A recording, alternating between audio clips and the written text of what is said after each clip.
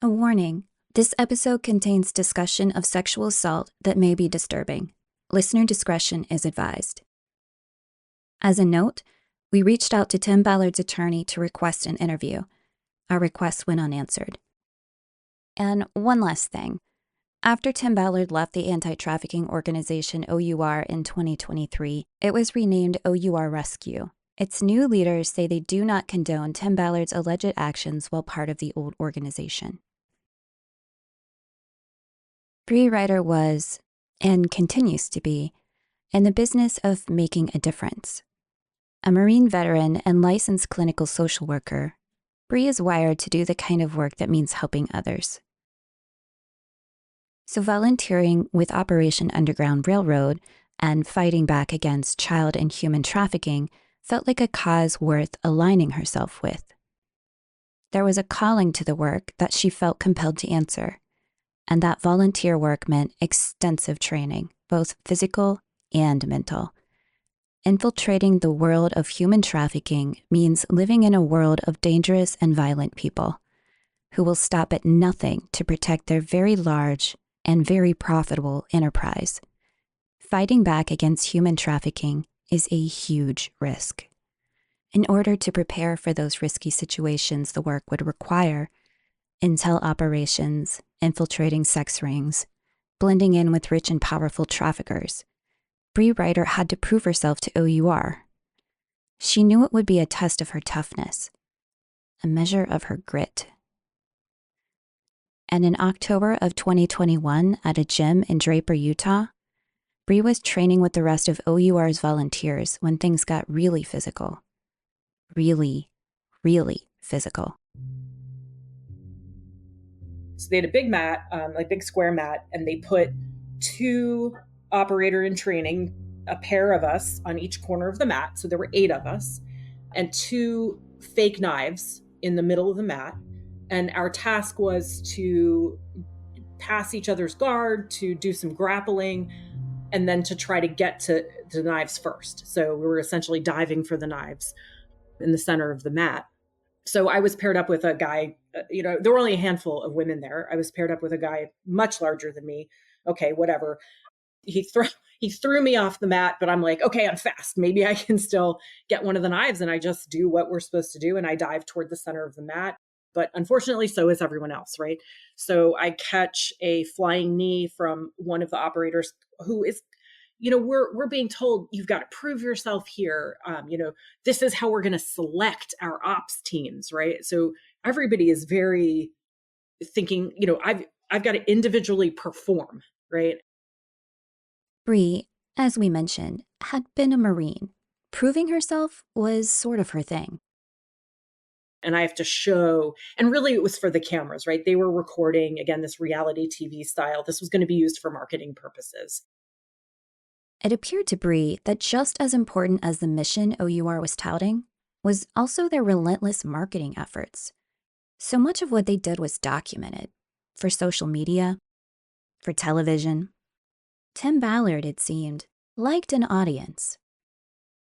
So I catch a flying knee in the face. That knee shatters my orbital bone on this side and gives me a pretty severe concussion, knocks my eye askew. And then I caught another knee to the side of my head here, giving me a second concussion. Oh my God.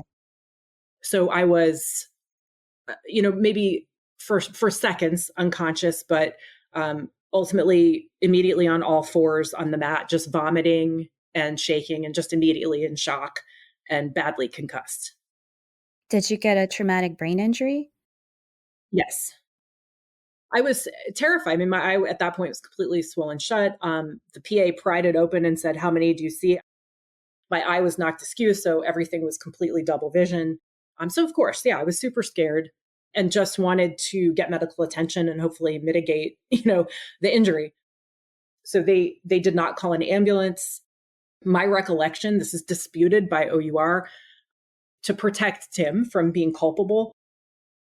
I recall Tim being there and saying that we can't call an ambulance.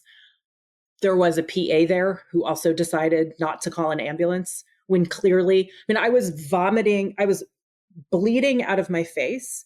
I was shaking uncontrollably, vomiting blood and vomit into a trash can, and urinating on myself. And they were not calling an ambulance. There was something off, Bree thought, in between the vomiting and bleeding, about the fact that no one wanted to call an ambulance. She was badly hurt. She is still badly hurt, even now, years later. The left side of her face, she says, is permanently numb, and she has double vision.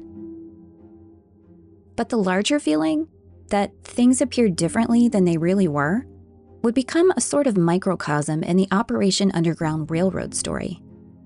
And to an even larger extent, its charismatic leader, Tim Ballard, a man who carefully built an identity as a relentless champion for children forced into the underworld of human trafficking.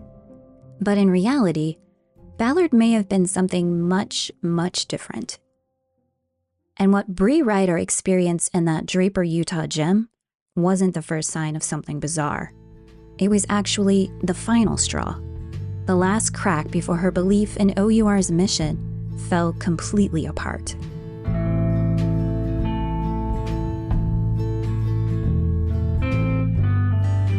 This is The Opportunist, Tim Ballard Unmasking a Hero, an original podcast from Podcast One. You're listening to the third episode of a 10-part series about Tim Ballard and Operation Underground Railroad. I'm host Sarah James McLaughlin. By now, you've heard the story of Celeste Borries and the harrowing experience she had as a volunteer and executive assistant to Tim Ballard. And you have also heard about the many lies and misrepresentations in Ballard's origin story and in his rise to fame. What may have appeared as a dynamic, globe-trotting position close to a man who was doing important work was really one rife with allegations of horrific sexual misconduct and inappropriate behavior. But that story, that experience, and all that came with it was not an isolated incident. This is the story of Bree Righter.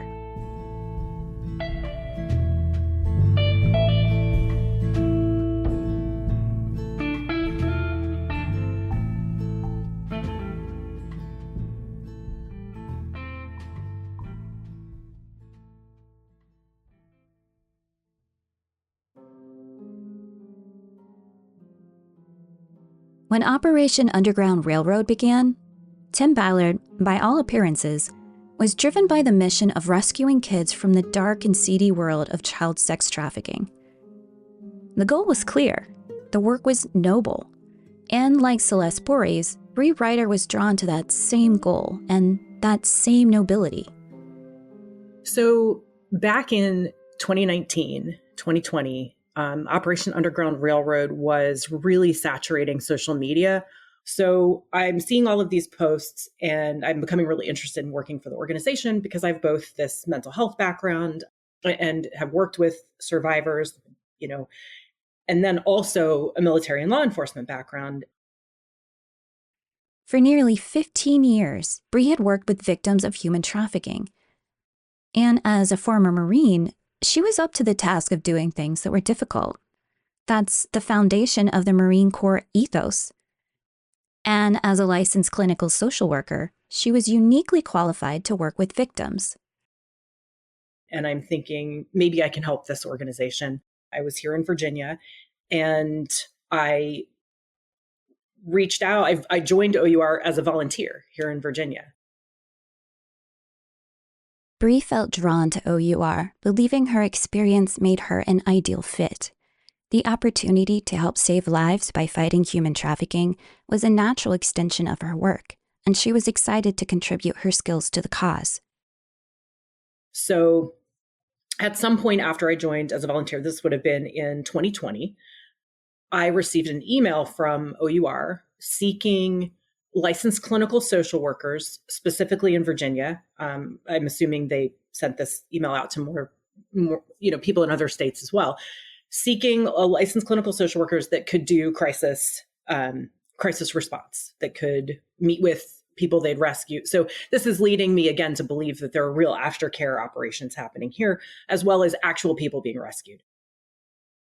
So when I received this email that they were seeking people to work pro bono, that were licensed clinicians, I immediately responded, said, yes, absolutely, I'd like to do this.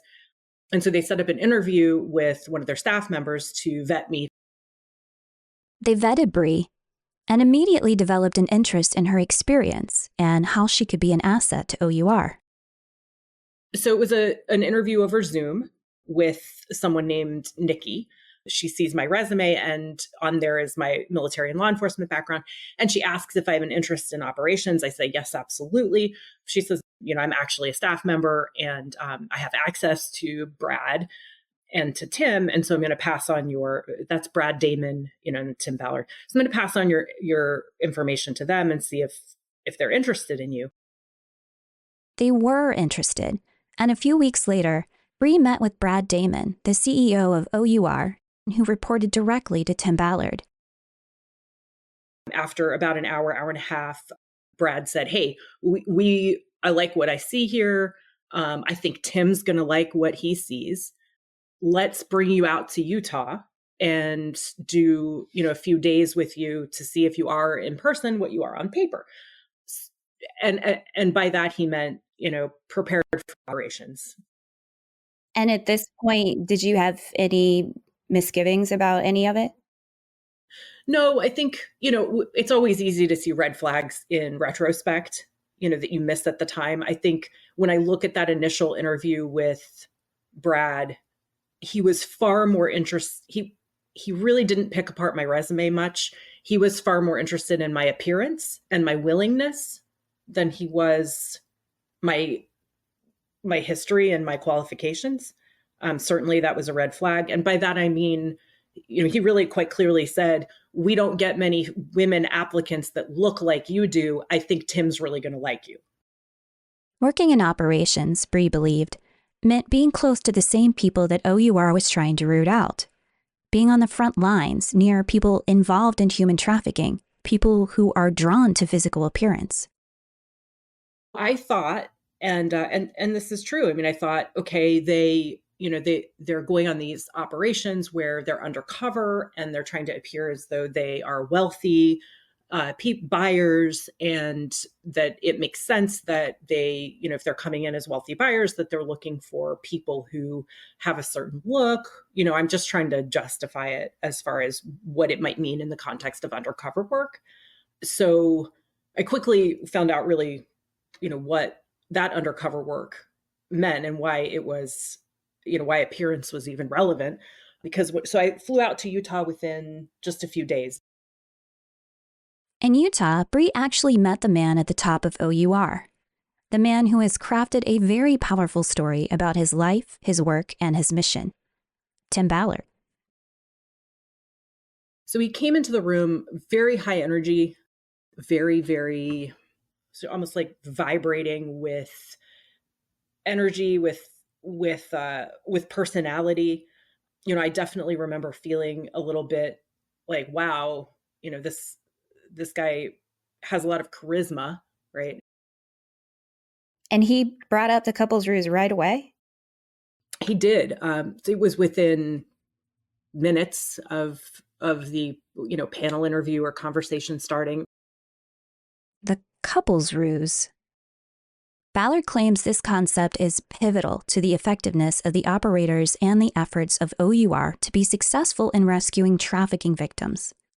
The couples ruse is the effective selling of two people working undercover as a married couple or as intimate partners in order to burrow further into the trafficking operation.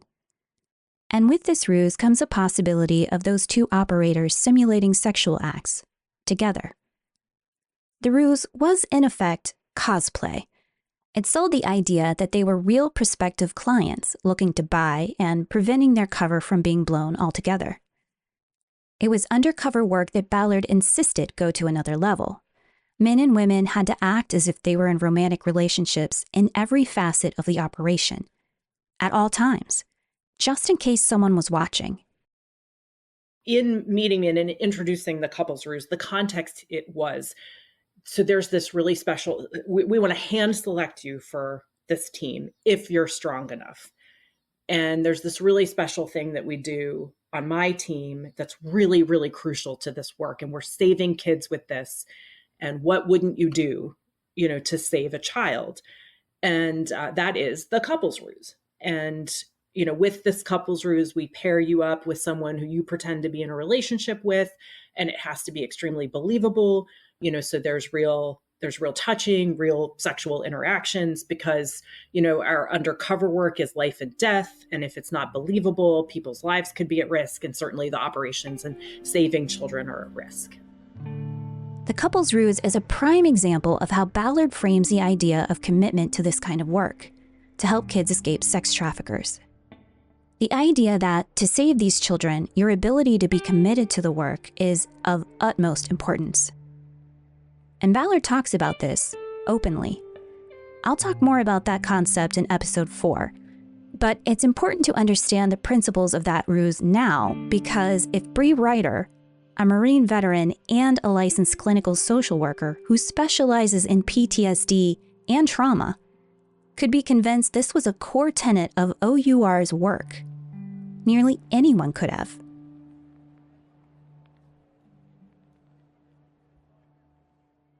Up next, Tim Ballard's vision gets support from prominent religious leaders, and his message is amplified by a very powerful megaphone. This episode is sponsored by BetterHelp. Do you ever feel like you're not being your true self in certain situations? Whether it's at work, with friends, or even family, we all find ourselves wearing different masks to get by. But imagine how freeing it would be to finally drop that mask and embrace who you really are. Therapy can help you do just that. BetterHelp can teach you practical skills to manage stress, anxiety, and difficult emotions. These techniques help us respond more effectively to challenges in life. We can develop better communication and conflict resolution skills, which can lead to healthier relationships with partners, family, friends, and colleagues. Therapy is a tool for healing, growth, and long-term mental wellness. It's not just for those in crisis. Anyone can benefit from the insight and support it offers. BetterHelp is fully online and tailored to your lifestyle. Just complete a short questionnaire and you'll be matched with a licensed therapist. You can even switch therapists anytime at no additional costs. Take off the mask with BetterHelp. Visit betterhelp.com/opportunist today to get 10% off your first month. That's BetterHelp, HELP.com/opportunist. As the weather cools down, I'm excited for cozy evenings, bonfires, and, of course, updating my wardrobe for fall. I've been loving the pieces I already have from Quince, like their European linen structured blazer, their ultra-soft side-slit skirt that is super comfortable and fun to wear, and their ultra-form high-rise capri leggings, which are ideal for hiking in the changing leaves. Quince is all about high-quality fashion essentials at fantastic prices, like their cashmere sweaters starting at $50. Quince also has leather jackets, soft denim, and more, all priced 50 to 80% less than similar brands. They're able to keep prices low by cutting out the middleman and working directly with top factories. Quince really delivers that luxury feel without the luxury price tag. Go to quince.com/opportunist for free shipping on your order and 365-day returns. That's QUINCE.com/opportunist to get free shipping and 365-day returns. Quince.com/opportunist. Now, back to the story. We'll get back to Bree's story shortly. But it's important to point out here that the work of OUR and the vision Ballard would lay out for people was ambitious. Tackling human trafficking is not just a simple undertaking. It requires travel into far-flung corners of the world where law enforcement and policing are rarely seen and often just an afterthought. Rescuing children from the clutches of predatory crime syndicates could, in theory, end violently. It's ambitious work. Of course, if rescues are actually the goal. That ambition and the work that comes with it requires a lot of people, a lot of resources, and specifically, lots of money. So where did the money come from? Someone had to be footing the bill for these efforts, or at least donating. Here's journalist Damian Moore of American Crime Journal. A lot of their funding is grassroots. They're just getting donations. But they do get a lot of money from people like Tony Robbins, major business investors. You had the LDS Church and Russell Ballard. President M. Russell Ballard was about as big a figure as you could find in the Church of Jesus Christ of Latter-day Saints, or the LDS Church. And while he shares the same last name as Tim Ballard, they aren't directly related. One of the highest-ranking LDS officials, he was a modern-day apostle, and he's even related to Joseph Smith, like founder of the LDS Church Joseph Smith. President Ballard was a fervent supporter of Tim Ballard and often dropped his name at events, including his 2019 commencement speech at BYU, Idaho. I had the opportunity this past summer to travel to Plymouth, Massachusetts with my friend Tim Ballard to learn more about what he had. In the insular world of the Mormon community, having someone of President Ballard's stature mention you publicly, like what you just heard, was a sign. It was effectively an endorsement. Tim Ballard may not be related to Joseph Smith, but those that were thought highly of him, and that carries a ton of weight in the LDS Church. He is the president of the Quorum of the 12 Apostles for the LDS Church, Church of Jesus Christ and Latter-day Saints. So this was a very powerful position. So this was not just some LDS bishop or some, someone with the church that had low affiliation or even a stake president. This is someone at the top of the church. These are considered a prophet by members of the LDS Church. Here's Robert Gerke. He's covered the Ballard story for the Salt Lake Tribune. There's been some suggestions that, Russell Ballard helped line up some donors for Tim Ballard, and they developed a close relationship. Tim said that Russell Ballard was one of his, closest advisors or closest friends for years and years, would give him priesthood blessings, which is, for the listeners who aren't aware of it, is a sort of a sacred Mormon ritual. Early on, the ties within the LDS faith were a huge benefit for Ballard. He was kind of a star. He was a symbol of a faith-based altruistic do-gooder, and it was noticed by one of the other stars of the LDS Church. Tim is the most sincere, most honest, honorable man I think I've ever met. And I said, I'm in. We'll raise your first $1 million. That's Glenn Beck, and Glenn Beck is one of the most famous members of the LDS Church. He has power and he has influence. For Ballard and the work he was doing, it was a natural and beneficial alliance. Glenn Beck could champion a cause, and Ballard could leverage Beck's powerful megaphone. Ballard could fundraise. And after he landed in front of Glenn Beck and started, talking to Beck about, child sex trafficking, that was sort of where he did the pivot, where he decided to leave Homeland Security, where he and his family members set up Operation Underground Railroad, and the rest is kind of history from there. A large percentage of their money is coming from people that are donating, $10, $50 here and there. And, there's a lot of urgency that Tim Ballard puts on that. We got to save the children, so there's an urgency there. And generating that money, no matter how small or large the donation, relied heavily on marketing. Ballard had a vision for that too. I think that Tim sort of did better than other people who were also working in the anti-trafficking world. Is every mission that they went on, they would have a video crew, right? And so they, from the outset, they recognized that, he called it sizzle reels, right? That this was partly about promoting OUR and very much so promoting Tim Ballard. And he became very famous over this and made a lot of money on it. And OUR is, I think, probably, in my mind at least, and from the ones I've seen, the leading anti-trafficking organization in the country, in the world, really, in terms of the amount of money they raise and the profile that they've been able to gain. So it was always from the outset about getting the video, getting the promotional material, very aggressively promoting it to people, and then raising money on the back of that. And that brings us back to Bree Righter.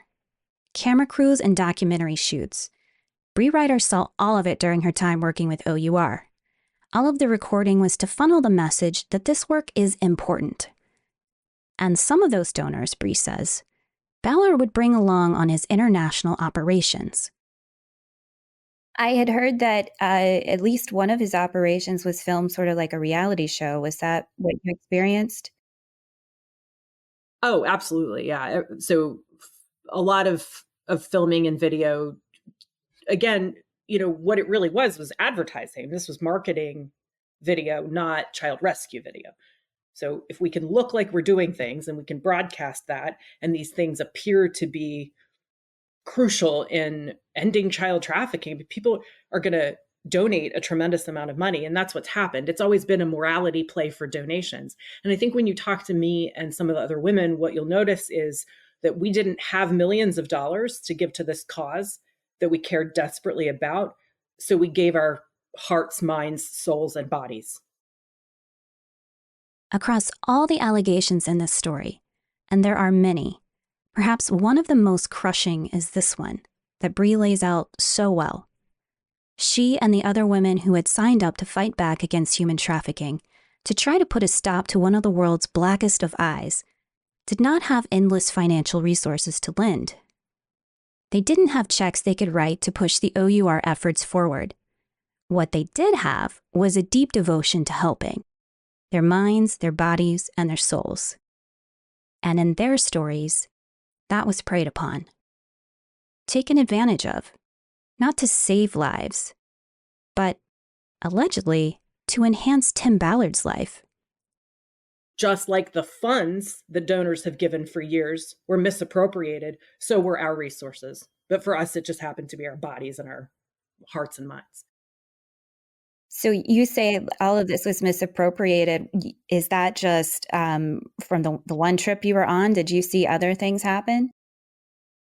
So primarily what I observed, right, was the one trip that I was on, watching, and then listening to a lot of discussions about how Tim, this whole idea of pretending to be very rich. I'm being told they're always staying at the nicest resorts, renting boats, private airplanes, just using these funds in ways that allowed for Tim to live this lifestyle, this fantasy lifestyle, as a rich person, with multiple women, and then going into these environments, these, seedy or dark environments, whatever vocabulary word you want to use, that Tim was very attracted to. And this was how he accessed those environments and made millions and millions of dollars in the process. Ballard also had visions of making his work part of a larger media effort. He had visions of a bona fide network reality show. I believe that they had a contract. They when they went on their mission to Haiti, they had a camera crew in tow, and the idea was, it was going to be a reality TV show built around this premise. And then when that deal fell through, they ended up making that movie, The Abolitionists. In 2016, a one-night documentary screening of the film The Abolitionist took place at more than 450 theaters around the country. The star of the documentary was OUR, and by proxy, Tim Ballard. And that's all I will do. That's all I'll do for the rest of my career, for the rest of my life. We're going to go after these bad guys, anywhere they are. We're going to find them, we're going to root them out, we're going to pull these kids out. It was, by most measures, a big event. It also served as a big opportunity. And the description of the film is classic marketing language, complete with a resounding call to action. Utilizing hidden surveillance equipment to capture every moment, the stories of Ballard's team and their triumph over evil will leave viewers shocked, but more importantly, inspired to join the fight.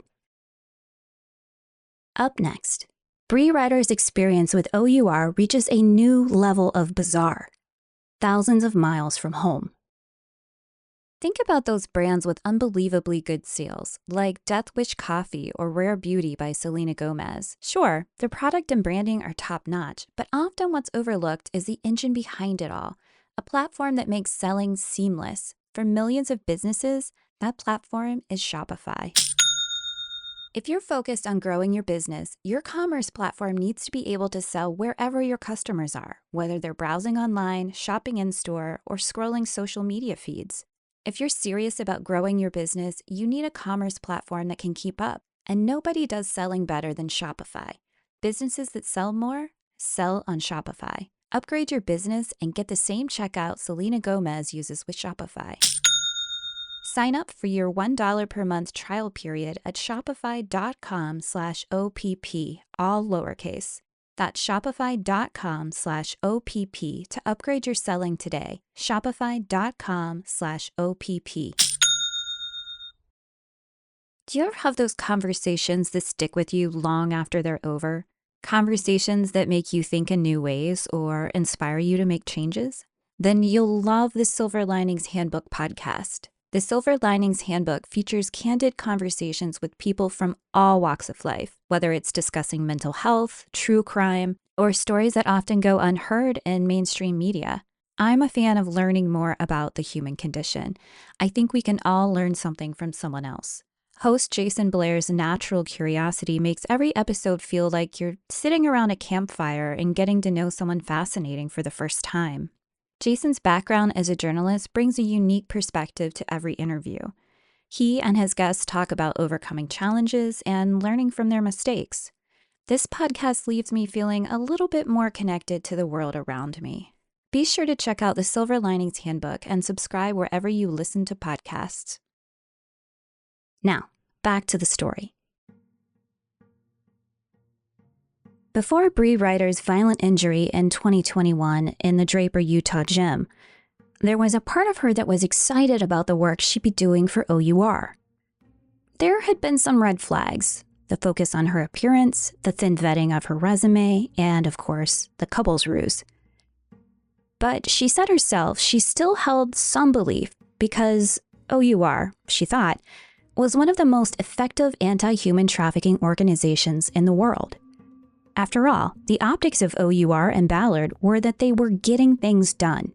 But her first undercover mission in the Virgin Islands raised a few more red flags. Did they give you any training before they sent you out? None whatsoever.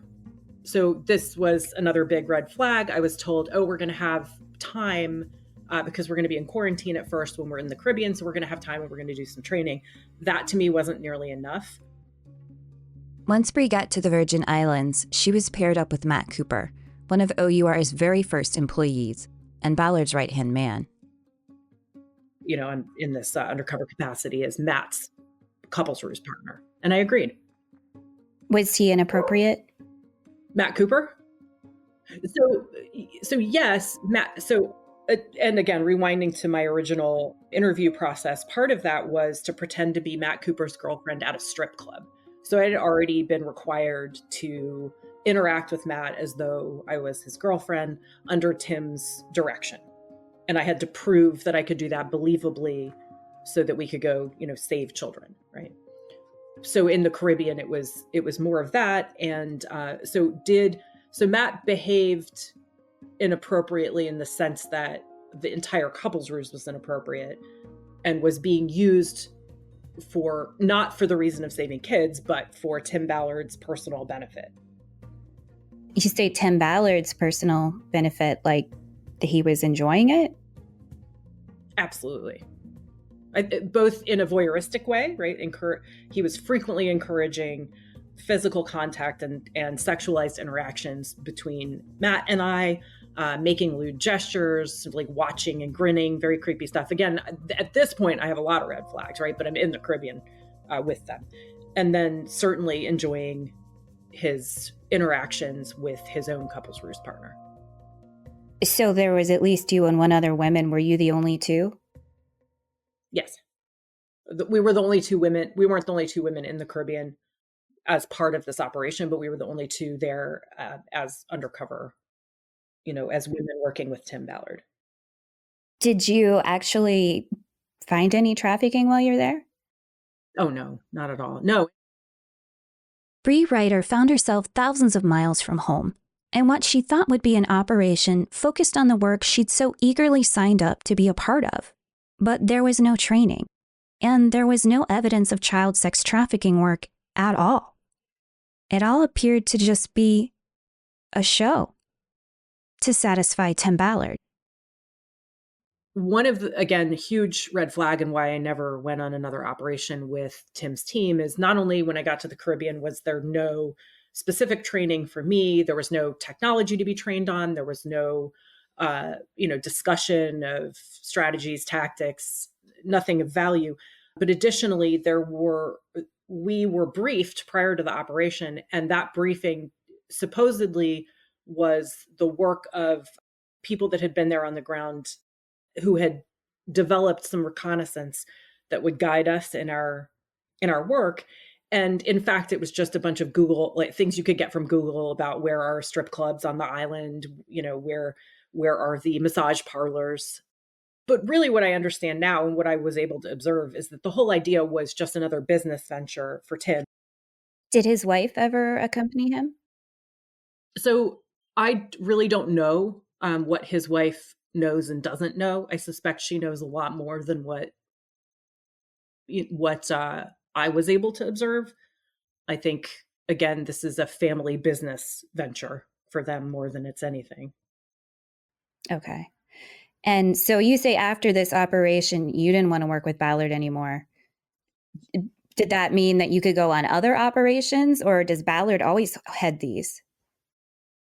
So my hope was, and at that point, I am observing Tim and OUR in general, and my belief is still, okay, Tim is a huge problem. I don't really know what's going on here. I'm really concerned about that, but I still think that all these claims are true, that OUR is actually doing all the things they're claiming to do. Bree says her experience in the Virgin Islands, dubbed Operation Marcel, was a clear example that the mission and the noble work she'd envisioned wasn't happening at all, at least when Ballard was involved. And when she returned from Operation Marcel, she made clear to OUR staffers that she was done working with Ballard. So this is what I'm witnessing in the Caribbean and saying, yeah, this is not safe and it's not effective. So I'm done with Tim. But Bree wasn't ready to quit OUR. She says she took her concerns to one of OUR's directors for the second time. Turns out, they knew about Tim Ballard's behavior. So when I came back, I verbalized that to the new director of international operations, was told that they knew about the problems with Tim, that they were really just trying to do damage control to make sure he didn't hurt himself or anyone else, and that these problems were not really addressable because Tim just fired anybody that disagreed with him. And so they just were trying to manage it behind the scenes.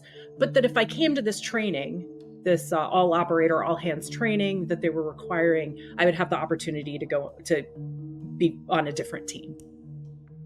I made some observations to him based on just my clinical experience. I'm saying this person has some mental illness, has some personality disorder, is really unsafe. And he was just like, yeah, I know.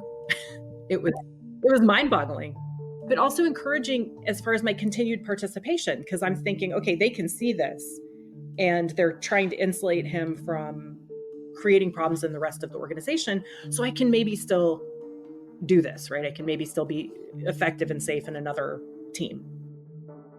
So I was just essentially waiting for another opportunity, another op to go on, and was invited to and required to go to the training to continue with OUR. So that was when I went to the training in October of 2021, where I was injured. And that seems kind of backwards.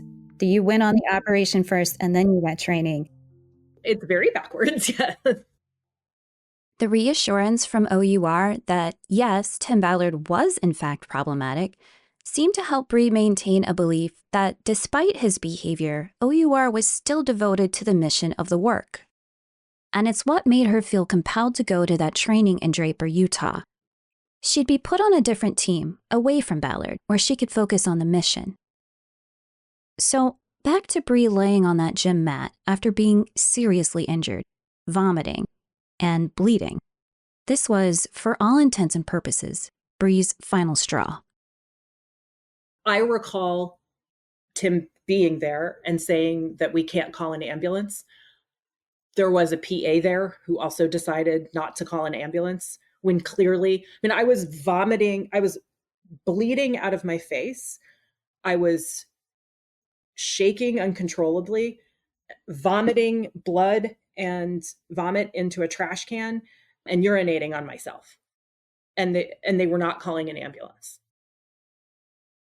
Bree got to the hospital after Matt Cooper, OUR's director of security and the operative she'd been paired up with in the Virgin Islands, loaded her into his truck. And he brings me to the closest emergency room, but that emergency room was not a trauma center. So they, after a quick assessment, they transferred me by ambulance to a different hospital that actually had a brain trauma center. And I went through further testing. So I was diagnosed with a full orbital blowout fracture and a concussion and a bleed behind my eye. Tim never came to the hospital. Nobody ever, came to the hospital to make sure I was okay. So I reached out to OUR and it was sort of like, are you guys going to pay for this, or am I going to have to make this more difficult for everybody because I can't pay this myself? So is this something you guys are willing to just pay these bills from Utah? And they did. They said, send us the bills. So I sent the hospital bills and they paid the balance of what was due at the 2 hospitals in Utah. In November of 2023, Bree filed a lawsuit against OUR, Ballard, and Matt Cooper, alleging the events you've heard in this episode. In June of 2024, that lawsuit was dismissed because Bree had signed a waiver. The judge claimed that liability waiver that was signed after my injury, specifically for my trip to Thailand with OUR, could be backdated and cover all of my previous history with OUR and all of my future, right? So essentially the judge has said, no matter how OUR harms you, unless there's a criminal investigation, which we know hasn't been effective, OUR can now essentially has permission to harm you, and you can't bring a lawsuit because you have signed away liability for any past or future harms. You heard that right. Bree signed a waiver after her injury that the court decided completely exonerated OUR from any liability to her, ever. But even before that judgment was handed down, OUR had already shown Bree that they weren't going to be taking any responsibility. Well, OUR never, has communicated appropriately, so never communicated with me directly about it. But their response on the whole has been totally gaslighting, no accountability to claim, that they didn't really know, that, it was just a Tim Ballard problem, or just to deny the claims altogether. Has Tim threatened you or reached out in any way to try and get you to change your mind? No, not after filing the lawsuit. Do you feel pretty safe? No, I feel incredibly unsafe. We've reached out to Ballard's attorney for an interview, and while that request has gone unanswered, Ballard did release a statement back in September of 2023. He says, "The latest tabloid-driven sexual allegations are false. They are baseless inventions designed to destroy me and the movement we have built to end the trafficking and exploitation of vulnerable children. During my time at OUR, I designed strict guidelines for myself and our operators in the field. Sexual contact was prohibited, and I led by example." Bree Righter would disagree. Strongly.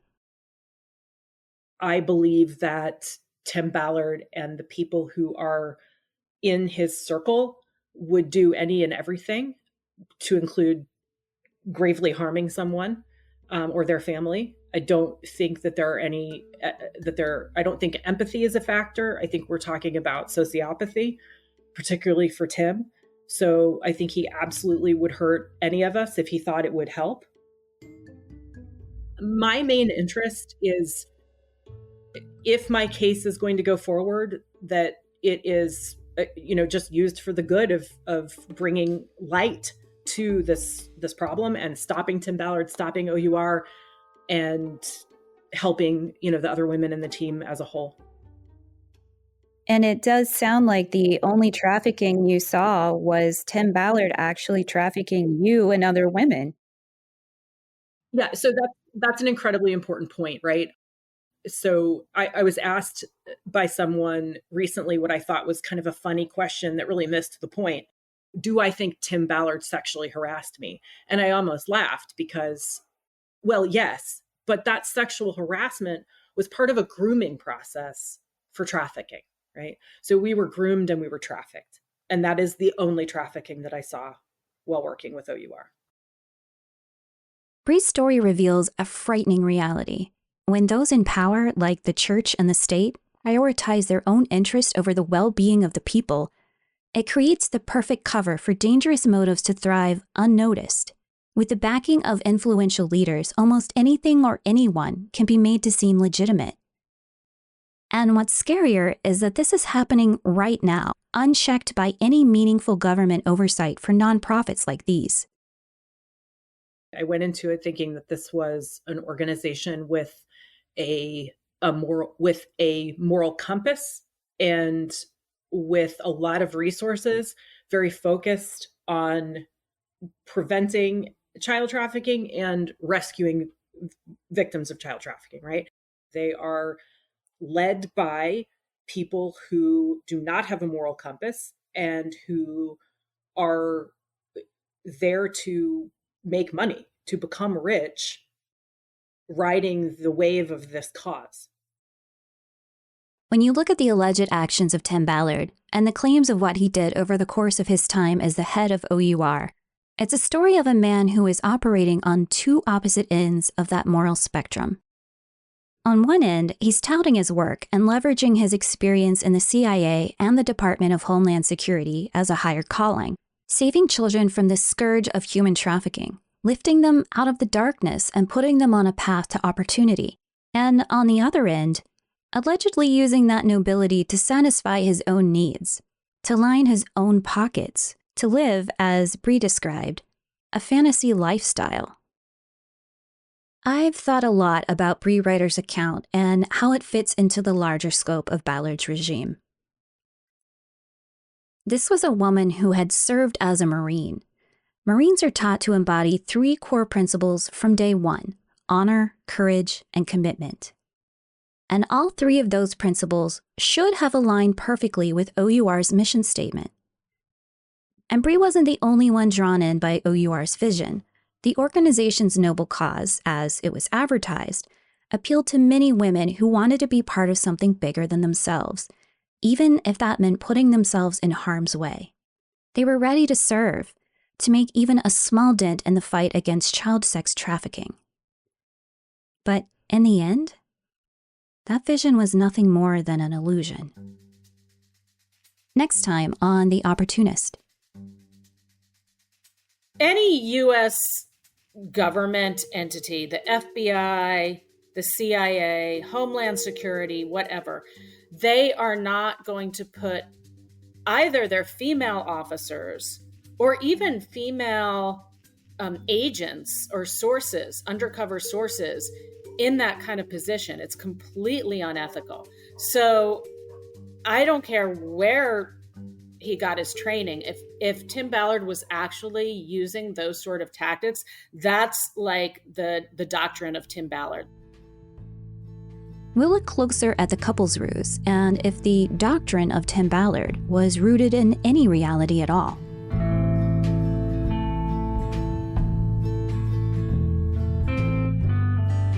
Thank you for tuning in to The Opportunist. This episode was written by Andrew Iden, produced by Abby Newhouse, and executive produced by Connor Powell. We will have another episode for you next week. Until next time.